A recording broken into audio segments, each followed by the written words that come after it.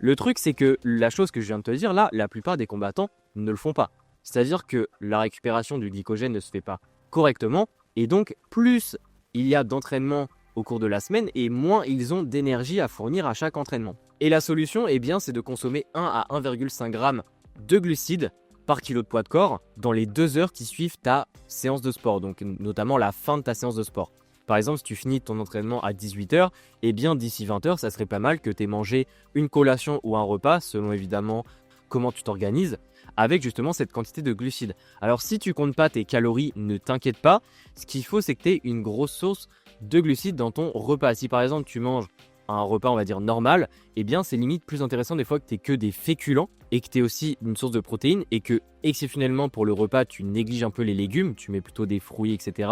ou tu manges des légumes en entrée, eh bien ça va te permettre d'avoir suffisamment de glucides. Et quand je te dis féculents, je te parle de riz blanc, je te parle de pâtes, je te parle si c'est une collation de dattes par exemple, c'est aussi pas mal, de bananes, de compotes, bref, il faut que tu apportes du sucre à ton corps et ça peu importe la forme qu'il y a. Le problème en fait c'est que la plupart des combattants et combattantes n'apportent pas suffisamment de glucides sans s'en rendre compte et au final c'est pas si simple que ça d'apporter suffisamment de glucides dans la journée. Et pourtant c'est nécessaire, mais ce qu'il faut vraiment retenir c'est que le moment le plus important c'est les 2 heures qui suivent ta séance de sport.